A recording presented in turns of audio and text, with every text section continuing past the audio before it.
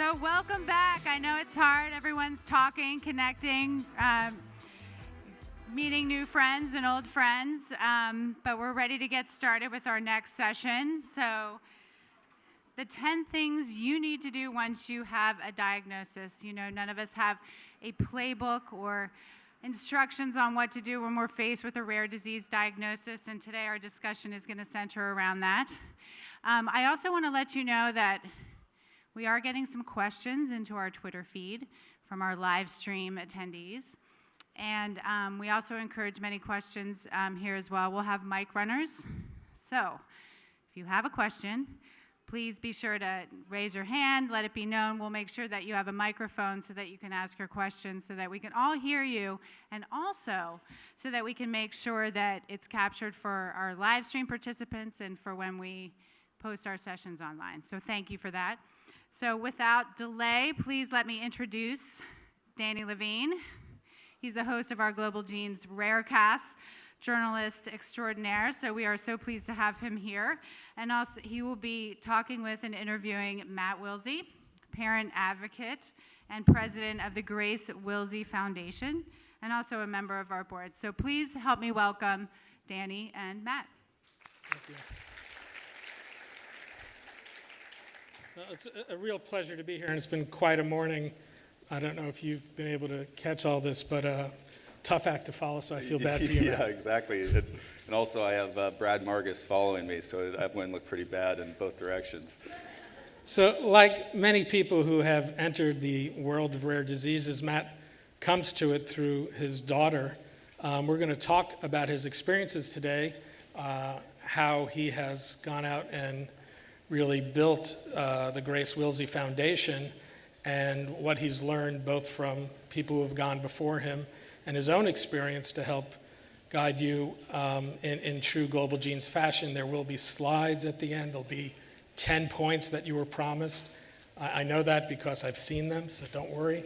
But we're going to kind of break format a little here and just engage in conversation. But Matt, maybe you can begin by talking about your experience with Grace and when you first suspected that something was wrong. Right, and I think it's probably true for a lot of people in this room. Parent intuition is really strong.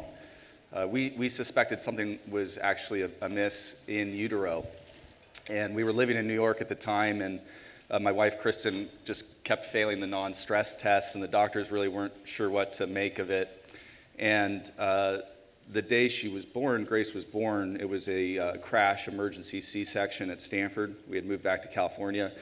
And I kept calling the hospitalist over, and I just said, there's something wrong. I don't know what it is, and he dismissed it. He just said, no, she's fine, checked pulse, checked all the things that are normally supposed to check. But quickly after a couple of days, it was apparent that something was very, very wrong, primarily with her liver. And it was about 3 weeks in the NICU, and then they sent us home. They said, there's nothing that we can do for you here, so just monitor it as an outpatient, which is what we did. And about 6 months in, the liver issues just kept persisting. And But again, you were sent home with a rather vague diagnosis. No diagnosis. Yeah. It was just sort of like the system can't do anything for you. So, go home and let's just see how it evolves. Which I'm not one really to sit back and just let the cards fall. I'm one to try and get to the bottom of what's going on. And we started to pursue whole genome sequencing. I'm sure a lot of you have done whole exome. My background's a Silicon Valley entrepreneur, so I wanted to get all the data that was possible. And so we started doing whole genome at Stanford and at Baylor. Well, what did it eventually take to get a diagnosis? What was that whole process? How long a time frame? And Right. It took us about 3 years from the day she was born. And I think what all of us have experienced this. You go and you see a clinician and they start throwing darts at the board. Well, it could be this, it could be that. Let's do this test. And, it was like an order form, like at a restaurant. They would just, okay, well, this quarter we're going to test these 3 things. And then we'd send blood off and they'd come back. No, those are negative. And it's just exhausting. The sequencing should be the first point of attack as opposed to the last resort, which is, since we were diagnosed, is really what's happened in clinic across the country where geneticists or neurologists are going first to that tool as opposed to waiting 3 years, 4 years, 5 years. And obviously that's very expensive from an insurance standpoint, and it's exhausting for the families. And it's also invasive for the child. You start pursuing other things like liver biopsies or muscle biopsies. And that all adds up, both cost to the system, but also stress to the child and to the family. So when did you actually get a diagnosis? Oh boy, I should actually know the exact date. I don't, because it's been just such a blur. But what was interesting, and Danny and I were talking about this earlier, is when you talk to a sequencing expert, they often like to combine phenotype and genotype, which is what I wanted to do too, but obviously I'm not a doctor. But I thought, let's how she's physically presenting, let's see what is relevant for the gene sequencing. The problem is that clouded our picture pretty tremendously. I mean, we thought she had a mitochondrial disease, so they were basically shining the light on those areas and neglecting some of the areas around it. And what it really took was someone to say, let's sweep that all away, let's start over. So we did whole genome sequencing again, and we were able to find it quite quickly. What was interesting is that Stanford had flagged NGLY1 about 1.5 years before Baylor came and said that's definitively what it is. And from there, we were off to the races. It was actually a graduate student that... It was a postdoc, solved the yeah, puzzle. Matthew Bainbridge is his name. For those of you from Texas, or Houston in particular, there's a great sequencing team down there led by Richard Gibbs. And we had talked to Richard, and he said, Matthew Bainbridge is one of my top postdocs, and I'm going to put him on this. And within a few weeks, he had figured it out. How much of that his ability to identify it, how much of that do you think was because of that kind of fresh look, or throwing out some of the other assumptions that the other researchers were operating under? It's huge. And that would be one of my big pieces of advice for all the advocates that are in the room still searching for a diagnosis. I know last year we had a few of them, and hopefully this year there's even more, is question everything. And just because something has, some result has come in, I would not take it as gospel that's true. Keep pushing. The analogy I use in my head is, you can paint a room. Let's say you're painting it blue. Well, if you just do one coat on top of white paint, the white's still going to come through. So keep applying those layers on top of it, and question everything. Push the clinician. At the end of the day, you're the customer. So if a clinician says, this is kind of my way or the highway, or no, I don't want a second opinion, your next step is to leave that office and find a new doctor. That's you really have to kind of take the bull by the horns. So you mentioned NGLY1 in passing, but we never really said what Grace has. Yeah. What is NGLY1, and what was known about it at the time of her diagnosis? Right, so NGLY1 deficiency, so we all carry this gene NGLY1. It's an important gene. It's well conserved throughout nature, so it's basically in every species on planet Earth. And it produces an enzyme that cleaves off a glycan tree off of a misfolded protein. So we can get really technical here. Is everyone following? I'll get a whiteboard out. But I'm sure you guys could all talk about your diseases in a similar fashion and confuse the hell out of me. But not much was known about it. There was a doctor, and still is a doctor in Japan, Tadashi Suzuki, who discovered this enzyme 20 years ago. This is an amazing man, that he worked on this for so long, where people in his own institution, in his own country, basically thought he was Don Quixote, chasing windmills. But he stuck to his guns. He knew that this was an important gene that would impact humans. And it was just a matter of time before we found some people. And we did. We're up to 35 patients globally. And what we did know about it was that it impacted growth. It impacted brain development, liver development, muscle. It's a pretty nasty neuromuscular disease. These kids are not normal, and they're fully dependent for almost everything. How is Grace doing today? She's very happy. She's stable. These kids are amazing. I mean, I say the lights are on, but no one's really answering the door, which gives me hope that we can unlock that door. They're definitely present. There's a lot of, I guess, soul in their eyes is probably the best way to describe it. So they know what's going on around them. So one of the things that Matt has talked about with me in the past that I found very powerful was the feeling of social isolation when you're going through this, particularly from your friends. Right. And I'm wondering if you might be able to talk a little about that, what that experience was like. Yeah, it's really hard to pin down. I think probably a lot of you have experienced it to a certain degree. Actually, a really close friend of mine who's been super helpful in this journey is another rare disease dad, and he had listened to our Rarecast interview, and he said, it was hard for me to articulate, and for a long time I didn't want to really admit it, but you talking about it has kind of helped me process this a little bit more and heal those wounds. But we had a lot of friends that just were uncomfortable being around us or Grace. They didn't know what to say. They felt bad. I think they were worried about something like this happening to them or someone that they love. And we also don't really want to live in a world where these kinds of things happen, especially to someone so young and innocent. And so in a way, it's almost kind of like a leprosy condition. People just are like, I just don't want to touch it. And there's no way to prepare for this. People that you are very close with just fall off the map. But on the same token, people who you don't even expect to step up do in such amazing ways. And I think it's kind of like a snapshot of the human condition, is that people are going to disappoint you. That's life. And people are going to amaze you in great ways. So I think on the whole it balances out. It's just on top of the stress of a diagnostic journey, that you're experiencing that at the same time is disheartening. But I think that's one of the reasons why getting a diagnosis is so important, is that you can put a label on it, you can educate people on what's going on, and hopefully open up their eyes to what I consider an epidemic of rare disease in this country.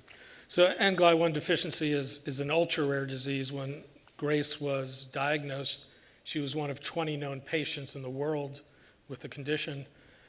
One of the remarkable things that happened, though, at that point was you found another family that had the same disease. What was that experience like, connecting with someone else going through that same experience? Yeah, it was great. And, Grace was the second American and I think the sixth overall in the world, but the numbers are basically inconsequential. I mean, we don't know who the first to be diagnosed with Parkinson's was, but what was amazing is that instantaneously we could start talking about what supplements are working, what are you doing for sleep disturbances, how do you go through an IEP at school, what are the things that we should be asking for, have you tried X, Y, and Z therapy, maybe it's hippotherapy to help with the core stability. Whatever it is, those people can relate quite quickly and start sharing with each other. And it's especially important with the older patients because they could say, hey, look, this is the disease progression, and we can relay that to the scientists that we're funding. Although I imagine with such an important gene and so few patients, you don't really know what the disease progression is. That's also a problem. Is there, have you found there's great variety in how the disease manifests itself? And that's actually one of the problems with diagnosing this disease, because it borrows from this over here and this over here, and then it's very hard to diagnose it. And then there is a pretty wide gap in the patients, and I think that's often true in a rare disease community, especially one that's this small. The bookends are going to be quite wide depending on what your mutations might be. For example, if you have a splice error on one allele, the disease might be much more mild. Oh, that's not the same disease. It's easy for a researcher or a clinician to say that's not the same disease. It's like, well, let's test it. Let's see. And okay, then what are the genes that are protecting or exacerbating the problem? But the connection with other families is key, and we try and connect in person quite often, and certainly over the phone and email, which I'm sure a lot of you guys are doing as well. So one of the things you did when you were now understanding what you were dealing with is launch the Grace Wilsey Foundation. Right. not maybe a surprise with anyone who knows your background other than the fact that it wasn't a company. Right, But, right. but what was the thinking in launching the foundation? What were you hoping to accomplish? Yeah, and I think a company's probably coming soon. I think the idea is that we want to do some foundational research, basic research, and then hopefully spin out a company. But the idea was, how can we take advantage of our network in Silicon Valley to do good in the world? That's basically kind of it at its core. You know, based off of my background and relationships, a lot of people kept asking, how can we help? What can we do? And there was really nothing that they could do. We couldn't point them anywhere. And the fact is, until we were a 501c3, we'd only gotten, I think, 3 or so people to support research, and that was directly to the institution. Once we got a 501c3, we raised about $2 million. And I think that was partly because of the tax benefit that people received. And forming a 501c3, for those who are considering it, is a major pain in the butt. I mean, it's not easy. The IRS does not make it easy, although I think they're starting to since we went through the process. But and then, of course, there's the annual filing and the various state registrations. I mean, it adds up, but it's worth it. I mean, it's worth it. If you can go raise, even if it's $200,000, that is worth it for your disease. That's exponential growth into research. Considering no one knew what No the disease one knew was. Yeah, exactly. So your background, as I mentioned, was as a Silicon Valley entrepreneur. You started 3 successful companies. How did that shape what you brought to the approach to doing the foundation? Right. So I think the number one thing is Silicon Valley wants to disrupt. They want to disrupt the status quo. So if it's the taxi system with Uber, or home delivery, whatever it might be, it can always be better. So I took that in, and then also to move fast. It's a phrase that's made famous by Mark Zuckerberg, the CEO of Facebook. He says, move fast and break things. And that's really what we're trying to do. We're trying to break the system. We don't have 50 years to cure this disease. We have 5 years to cure this disease.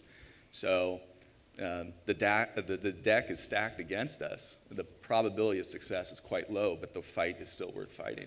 So let me ask you a management question here. Coming out of Silicon Valley, coming out of the rare disease community, there's this tension I find between wanting to build consensus and wanting to move fast and break things. Right. How do you balance that? And particularly as a guy who's trying to cure his daughter's disease. Right. How does that play out? So getting consensus is like, and this, I also started my career in politics. So if a president surrounds him or herself with just yes men or yes women, that's not good. You want people of diversity giving you different opinions. You distill it down and say, this is what we're going to do. These are our objectives and these are our milestones. So I don't think consensus is critical, except that once a decision is made, we're either all rowing in the same direction or you're going to be off the boat. It's kind of that cut and dry. It's like if you're not rowing as hard as everybody else, or if you're rowing in the wrong direction, we're going to have to remove you from the team. And so I don't think they're mutually exclusive. And I think it's important to get buy-in, but I think that's different than consensus. So for example, we pursue gene therapy, and a lot of our scientists think that gene therapy is a waste of time. It's a pipe dream that's always 20 years away. We're 20 more years. Well, it's the same thing like a moonshot. Unless you put a stake in the sand and say, we're going to put someone on the moon, you're never going to get there. And a bunch of people are going to think it's a stupid idea, but that's okay. I respect their opinion, and we're still going to pursue it. And as long as they agree with sort of the general direction, and this is true of our scientists. I want our scientists to be missionaries, not mercenaries. I want them to really believe in what we're doing. And so, for example, when we do get in a grant proposal, a business proposal, I'll run it by our scientists and say, what do you think of this? and they know that if they come with a biased opinion in the sense of like, oh man, if I'm going to shoot this down so I can get some more funding, that's going to hurt them negatively. So I want honest opinions of why it works, and they love that kind of buy-in and that communication. So I think that's really the key thing of moving fast and breaking things. So the other thing in your Silicon Valley experience, to some extent, you moved from being an entrepreneur to an investor. Mm-hmm. And I'm wondering whether that's brought any different perspective to you in what you do. Yeah, I guess it's opened my eyes up because as an entrepreneur, you want your investors just to give you money and then stay out of your way. It's just like, thanks, we'll let you know when we need more money. But as an investor, you're like, I want to be involved in some of this decision making. And I guess technically we're investors now in science. I mean, we're essentially running NGLI1.Inc., and I want to meet with them on a quarterly basis. I don't want to. I'm not going to micromanage them, which is something I would never want as an entrepreneur. But I want to be present when they have tough decisions to help them through it. And short of that, you got to trust the people that you hire. And so that's kind of, as an investor, you got to let it percolate a little bit. You got to let it work itself out. And then if it's not working itself out, then you need to step in and either take away funding or find someone else to do that job. So when you started the foundation, you had really no scientific background, as far as I know. No relationship with NIH, no relationship with academic researchers or pharmaceutical companies. How did you go about not only building relationships with those people, but credibility? Right, yeah, I wonder on credibility, yeah. Well, thankfully, I had a lot of good early advisors, like Brad Margus, who's here, John Crowley. They connected me with various key scientists that were early advisors. And I would say, what's the one area that we should pursue? If you could only put your chips on one, roulette part of the table, what would it be? And they would come back and they'd say, well, I think you should do a Drosophila model because it's cheap and it's fast and you'll understand the disease better. And then we would go out and we'd start triangulating on who's the best in the world at Drosophila. And the same names keep coming up over and over again. And so then what I would do is I'd cold call or cold email that scientist and say, this is what we're doing. Do you have any interest in working on this? And it actually it happens every single day. I don't know if you guys saw the recent article on CRISPR and Cas9. It was on the cover of The Economist. But a few of the scientists that are in there, I actually didn't see it. And then one of our board members emailed it to me and said, have you seen this article? I read it. I reached out to the scientist who actually invented CRISPR and Cas9, and now she's working on NGLI1. Yeah, so within 2 weeks of having read the article, she's now working on NGLI1. So it just, the power of communication, the power of in-person meetings, of phone calls, of honest, sincere emails where you've done a little bit of background work on their research or papers, it goes a long way. And people want that passion. When they see you pushing so hard, they're going to come right behind and start, giving you some back support to help you push. You talked about John Crowley and Brad Margus, but more broadly in the past, you've talked about the importance of learning from those who have gone before you. Right. What would you tell people here today about what they can learn from others who have already gone before them? Oh man, I don't know if we have enough time. It's not like a week goes by where I'm not emailing someone like Brad or John or the Hempels or the Strongs or somebody. What did you do in this situation? I'm having this trouble with this scientist, or this institution that I want to fund is striking out our indemnification language. How important is it relative to the size of the grant? And they'll help us on things like that. Even to the down to the nitty gritty of, we're weighing doing a large event. Should we do that? If yes, like what kind of a draw do we have? Is it a musical act? Is it a comedian? Is it a singer? Like what is it? It's not rocket science, right? And there's a lot of smart people that have been doing this. I feel like NGLI 1 or the Grace Wilsey Foundation it's not special. There's people that are doing much more than what we're doing, and I want to learn from them. And the same token for the people that come after us, I want this to be a model that then they can apply to their disease and then take it to the next level, because it's far from perfect, and we're just moving as fast as we can. And so hopefully other people can take the flag and keep going.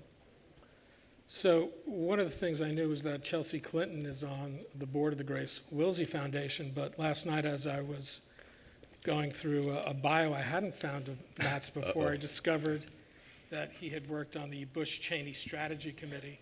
So if I were in Berkeley where I live, we'd be doing an intervention right now, but I woke up in Orange County. But I like to say same team. We're all Americans fighting for the same thing. But what I wanted to ask you actually about that is two things. One, how do you leverage the contacts you have? Right. How important is that in building a successful organization? And how important is it to transcend things like politics? Yeah. So I think having worked for both President Bush and President Clinton, I think it's important. This is a bipartisan issue.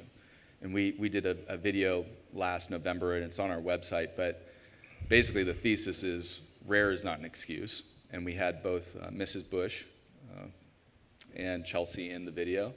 And we did that on purpose because we wanted to show this is not a Democrat or Republican or independent. The fact is rare unites us all. And I also think it's an epidemic that has become a civil rights issue. And so it's important to get bipartisan support. I think I drifted from your question a little bit, but remind me. Well, what should people do in terms of thinking about leveraging the contacts? Yeah, and I think you want people that just getting a celebrity to tweet or Facebook something out is not sufficient. You need people that are really believers in whatever you're fighting for. And that could be the environment, that could be NGLI 1 deficiency, it could be supporting the move of the Oakland Raiders back to Los Angeles. I mean, whatever it is, you need people that believe in you. And that's very true, especially on a celebrity, someone noteworthy like Chelsea or the presidents. And to leverage your network, I think you turn over every single stone. I say beg, borrow, and steal, right? I wouldn't advocating steal, but everything short of that, beg and borrow, ask for anything. You never get anything unless you ask for it. And the worst that people will say is, I'm sorry, I can't do that. And then you thank them and you move on. But we are doing a fundraising event in November, and we're going to have an auction for that. And I emailed my friends with the San Francisco 49ers yesterday, and I said, can you guys give anything for this event? And they came back and they gave 4 Super Bowl tickets. And so unless you ask, you get nothing. So leverage your contacts wherever they might be. And some people will say, oh, well, I don't have the same level of contacts. Well, that doesn't matter. You have friends, you have contacts, they have friends. You just start having those conversations one by one and see where it goes. One of the other things we've talked about is open collaboration. Right. And I'm wondering how much of a challenge it was for you to get the researchers you work with to collaborate openly. Mm-hmm. And were there cultural issues in doing that? I mean, were you asking academics to work in a way that was foreign to them or something against their grain? It's a tough question because some are more collaborative than others, and it is very much against their culture. And when I say collaborate, people automatically think, well, we might as well just put a billboard out on the freeway and we're going to tell everybody what we've found so far in the Drosophila, or we're going to show what we found in the mice or the stem cells that we're working with. And it's like, no, it's not public domain. Much like a company, marketing knows what business development's doing, business development knows what product's doing, product knows what finance wants. There's synergy and open communication within the umbrella. And that's really what collaboration's about. And some scientists are reluctant until they meet face to face, until they spend a little bit of time together. We just held a big scientific roundtable in March. We had 50 scientists working on NGLI-1 from all over the world. And some of our most senior scientists didn't even say a word, not a word. And I pulled them aside afterwards. I was like, you guys are going to have to speak up. And they said, well, I don't know everybody here. It's like, well, I've vetted everybody here. So if anyone's not going to be protecting the information they learn here, they're not going to be part of the team anymore. So, trust is a two-way street. And so the scientists are definitely collaborating, I think, in an unprecedented way. We have people that are sharing information that is, nature or science worthy. It's that high level of research. But they are big believers that this is maybe their only shot on goal in their entire career to actually cure people. And I use cure, which, again, some of our scientists don't like that. There aren't very many cures that exist in the world for anything. But okay, fine, let's treat it, then we'll cure it. But they are believers. They are sacrificing their potential maybe for tenure or for publication because they really do believe in what we're doing and hope that this can be applied to many diseases. So when we look at the National Institutes of Health budget, it's been under pressure for many years. In real terms, it's been shrinking. Right. Is the money that a foundation like yours can bring, which may not seem like a lot in the world of a $30 billion federal budget, Right. does that have leverage with researchers? And does it have more leverage because it is that very high risk, high reward type of research? I think so. And there's synergy between NIH and private foundations. I think that they should be using a foundation like the Grace Wilsey Foundation as maybe seed capital, take some of the risk away, and then they can apply for an R01 grant. We have researchers that are doing that right now. So we kind of want to get the rock rolling down the hill at a pretty fast pace, and then we want them to start supplementing with other grant mechanisms, and then maybe eventually be fully off the foundation. If the science is good enough, we'll keep funding it, either in parallel or as 100% of their needs. The thing is, it needs to be light and efficient. They shouldn't be submitting a $1 million grant. And that's the other thing that I hear from a lot of rare disease advocates. Well, we can't raise as much and we can't deploy as much. Well, you can raise $80,000, and $80,000, depending on where you're deploying it, could be 2 postdocs working on your disease. And that's tremendously valuable. I mean, these are the people that are doing the work. You don't need to go hire some Nobel Prize winner. You need to find some postdocs that are young and hungry and want to make a difference. And by the way, then that actually might be their area of focus long term when they get their own lab.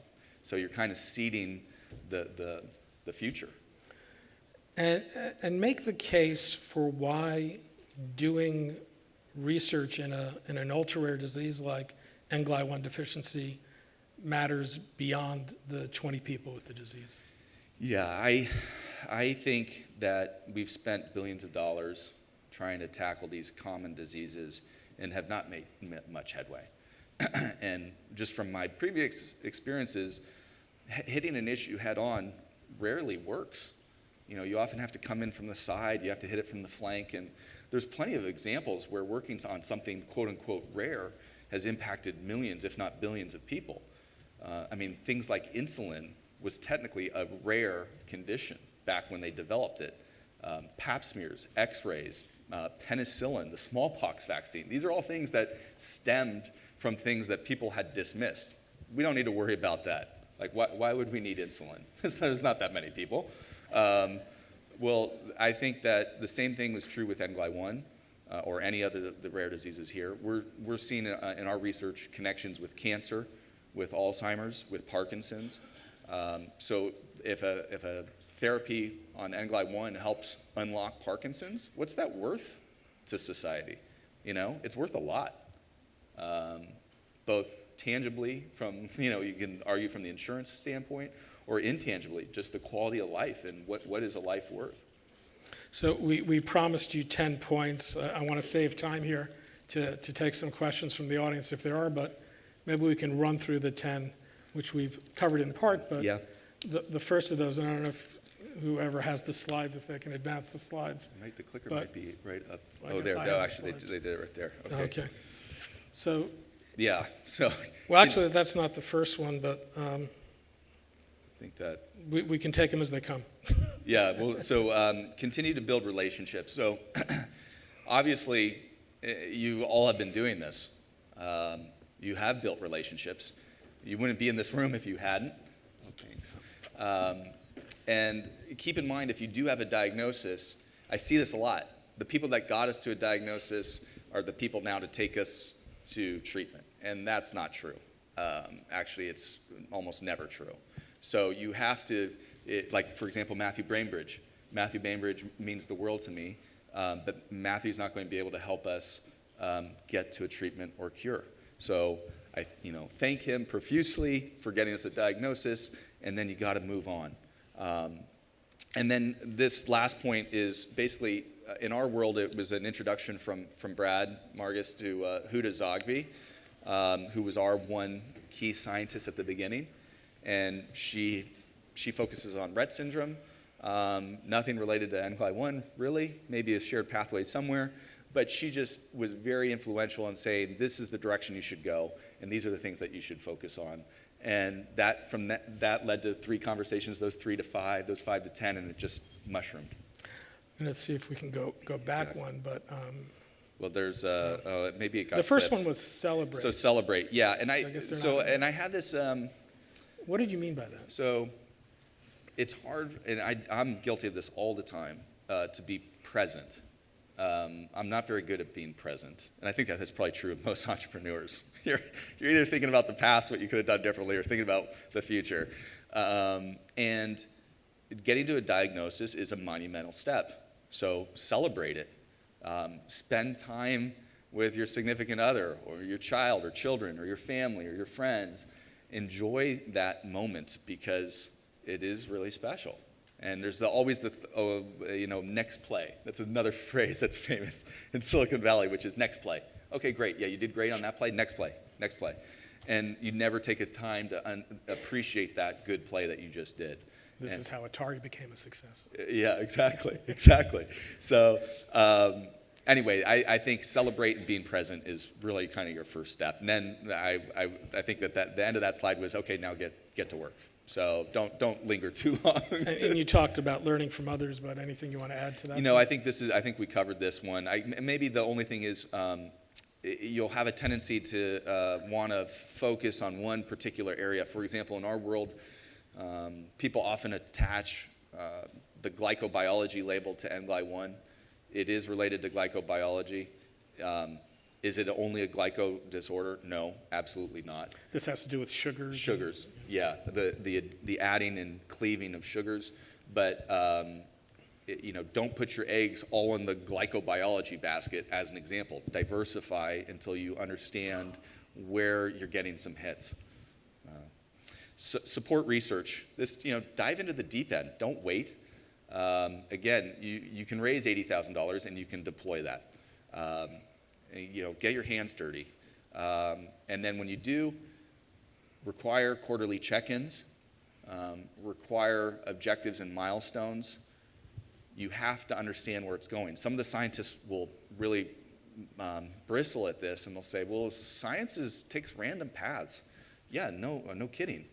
But you have to have some idea where you're going and something that we can measure against. And people obviously don't like to be measured, but you have to measure something because you don't have $1 billion to deploy and waste here. You're not Bill Gates. You have to be lean and efficient, and even Bill Gates requires quarterly check-ins and objectives and milestones. So, jump on board, focus.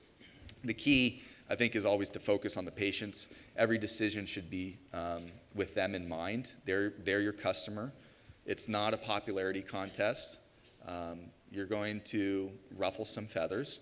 And that might be with other parents, That might be with scientists, might be with clinicians, might be with NIH. We've probably hit all of those.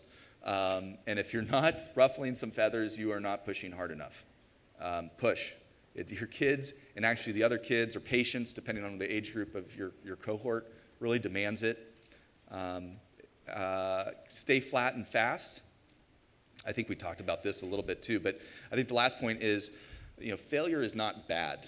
Everyone's worried about failing, and at least in Silicon Valley, failure is not a bad thing. It's almost kind of like a badge of honor. It's like, I started this company, it was a total disaster, and now that's true of almost every entrepreneur, and now, I've done X, Y, and Z. For those who have used GoPro before, Nick's first company was a total implosion, disaster. And look what he's done. Look what he's built since. His second company is amazing, and he's not embarrassed about that failure. It made him who he was. Dream team. So that's, again, who's the best in which field. Leverage diversity. Don't put your eggs in one basket. Try and get as many fields involved in this as possible, from gene therapy to stem cells to enzyme replacement, whatever it might be.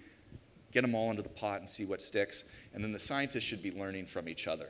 This is not a one-way street. We talked a little bit about this, rare unlocks the common. Basically, rare diseases are worth working on. So don't let anyone tell you rare is an excuse, patient numbers is an excuse. How important a message do you think that is that people in this room carry with them as they go out from here? I think it's paramount.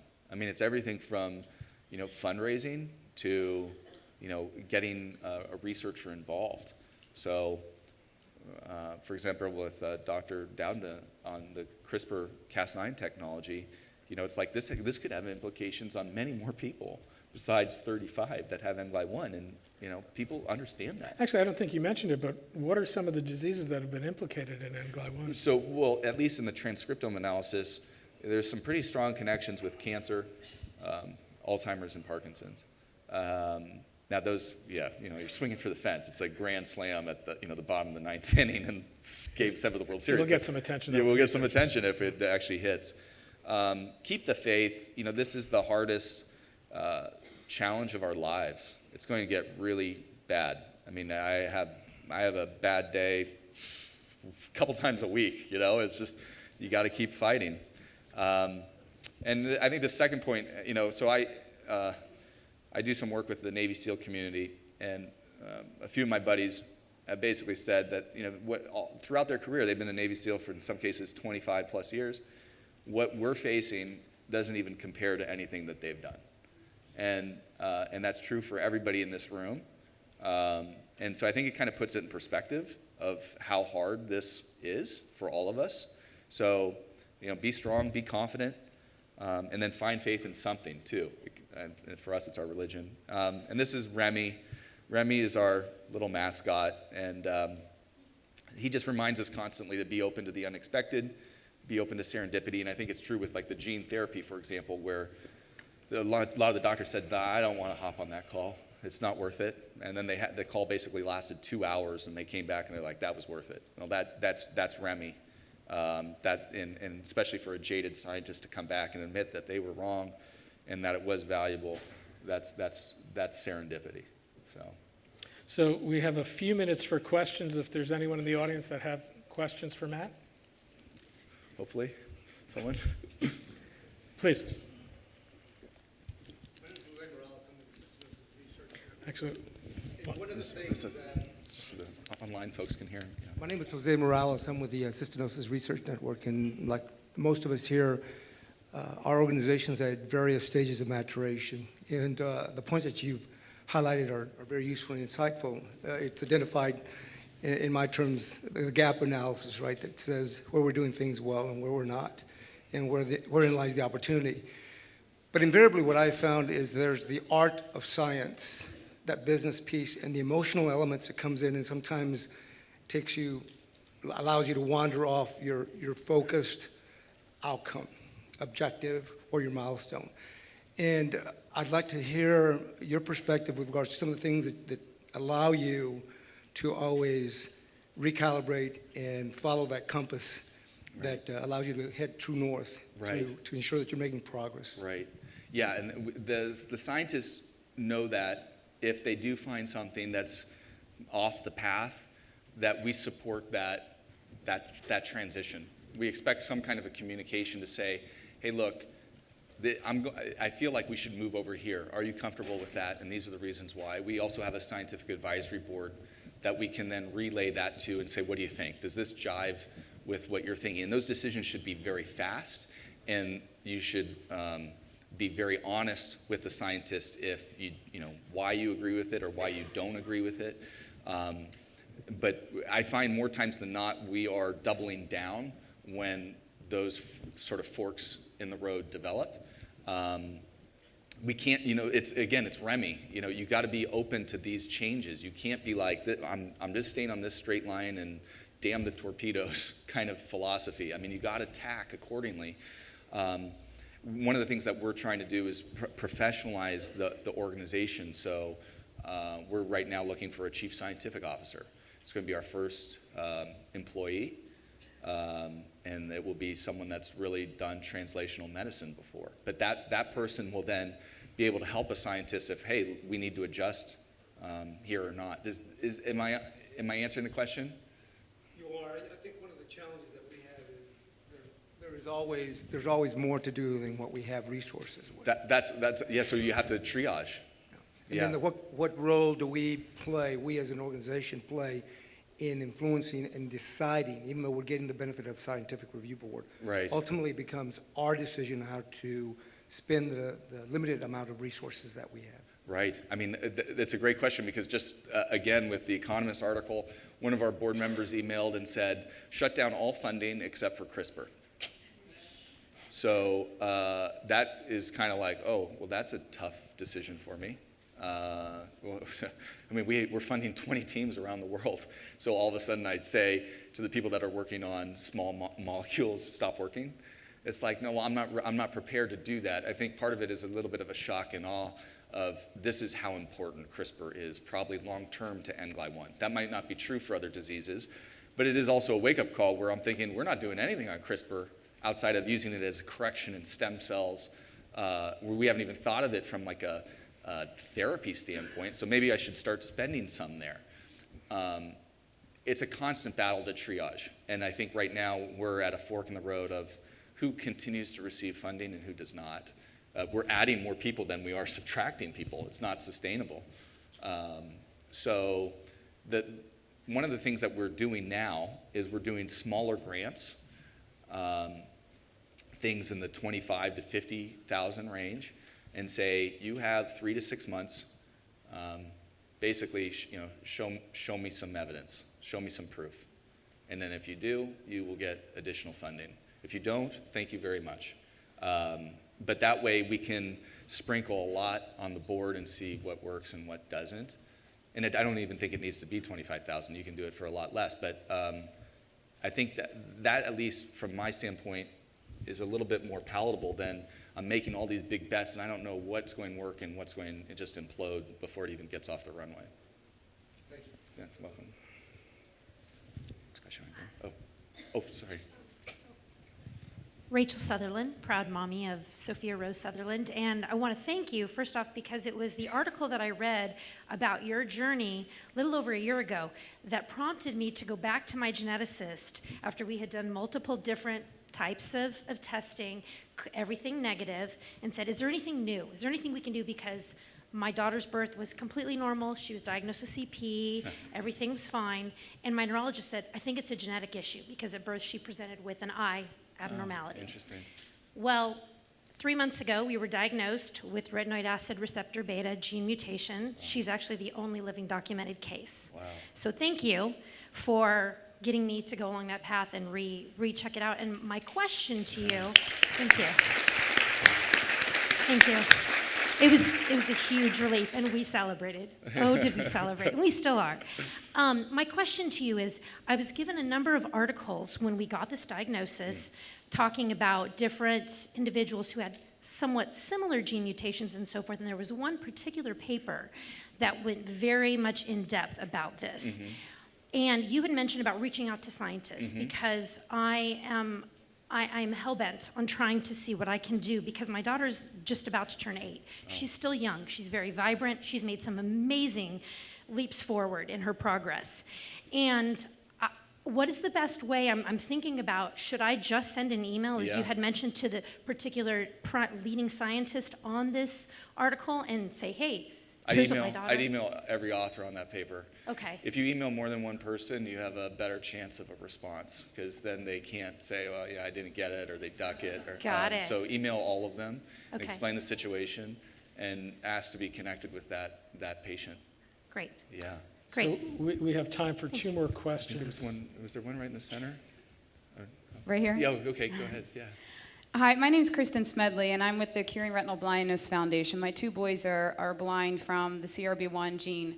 We're just 4 years in now, and I should back up and say I was supposed to be a third grade teacher.